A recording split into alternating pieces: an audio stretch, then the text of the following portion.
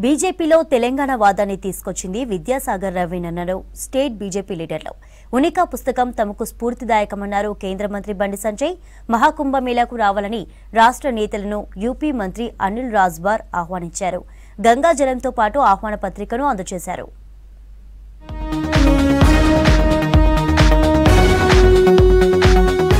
బీజేపీలో తెలంగాణ వాదాన్ని తీసుకొచ్చిన వ్యక్తి విద్యాసాగర్ రావు అన్నారు కేంద్ర మంత్రి బండి సంజయ్.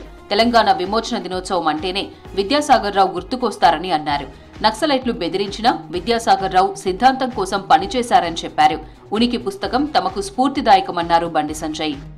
మొదటి నుంచి కూడా విద్యార్థి పరిషత్ కార్యకర్తగా అనేక విద్యార్థి ఉద్యమాలు నిర్వహించి ఆ రోజు విద్యార్థి పరిషత్ కార్యకర్తతో పాటు యువమోర్చా భారతీయ జనతా పార్టీలో అనేక బాధ్యతలు నిర్వహిస్తూ నక్సలైట్లు దాడి చేసినప్పుడు కూడా, చంపుతామని బెదిరించినప్పుడు కూడా, దాడులు చేసినప్పుడు కూడా, బతుకుతామా చస్తామా తెలియని పరిస్థితుల్లో కూడా ఏ రోజు కూడా నమ్మిన సిద్ధాంతాన్ని విడవకుండా నిత్యం ఒక జాతీయవాదంతో పార్టీ ప్రతిష్ట కోసం పాటుపడిన వ్యక్తి శ్రీ సిహెచ్ విద్యాసాగర్ గారు. భారతీయ జనతా పార్టీ ఉమ్మడి రాష్ట్రానికి అధ్యక్షుడిగా, కరీంనగర్ పార్లమెంటుకు 2 సార్లు ఎంపీగా ఉండి, నేను ప్రస్తుతం నిర్వహిస్తున్నటువంటి హోంశాఖ సహామంత్రుల బాధ్యతలు నిర్వహించిన వ్యక్తి విద్యాసాగర్ గారు. హైదరాబాద్ లో కేంద్ర మంత్రి బండి సంజయ్ ని కలిశారు ఉత్తరప్రదేశ్ మంత్రి అనిల్ రాజ్బార్. ప్రయాగ్రాజ్ లో రేపటి నుంచి మహాకుంభమేళా ప్రారంభం కానుంది. కుంభమేళాకు రావాలని ఆహ్వానించారు.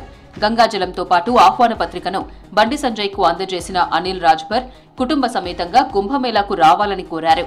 ఆహ్వానం అందుకుని తప్పకుండా కుంభమేళాకు హాజరవుతానని చెప్పారు బండి సంజయ్.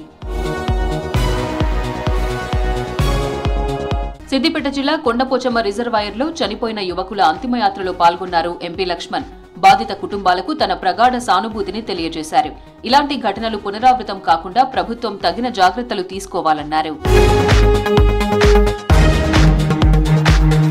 రేపు సౌదీ అరేబియాలో పర్యటించనున్నారు కేంద్ర మంత్రి కిషన్ రెడ్డి. అరేబియా రాజధాని రియాద్లో జరగనున్న future minerals forum ministerial round table conference లో పాల్గొననున్నారు కిషన్ రెడ్డి.